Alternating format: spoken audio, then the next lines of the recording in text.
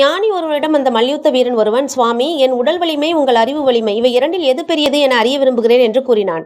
என் அறிவு வலிமை என்றில்லை, யாருடைய அறிவின் வலிமையும் நிச்சயம் எந்த உடல் வலிமையும் விட பெரியதுதான் என்றார் ஞானி. ஆனால் அதனை ஏற்றுக்கொள்ளவில்லை. எனவே ஒரு போட்டிக்கு ஏற்பாடானது. வீரனே, நான் சொல்லும் ஒரு பொருளை அந்த சுவருக்கு அப்பால் போய் விழும்படி வீச முடிந்தால் உன் உடல் வலிமையை நான் ஒப்புக்கொள்கிறேன்.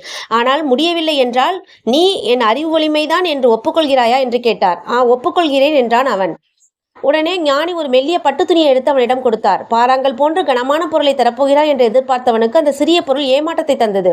அலட்சியமாக அதை எடுத்து சுவருக்கு அப்பால் வீசினான். ஆனால் எடை குறைவினால் காற்றில் மிதந்து இந்த பக்கம் விழுந்ததை தவிர சுவருக்கு அந்த பக்கம் போகவில்லை.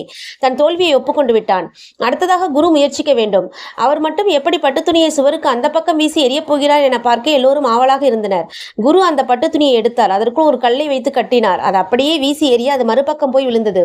வீரன் ஒப்புக்கொண்டான். அறிவின் வலிமையே சிறந்ததென்று.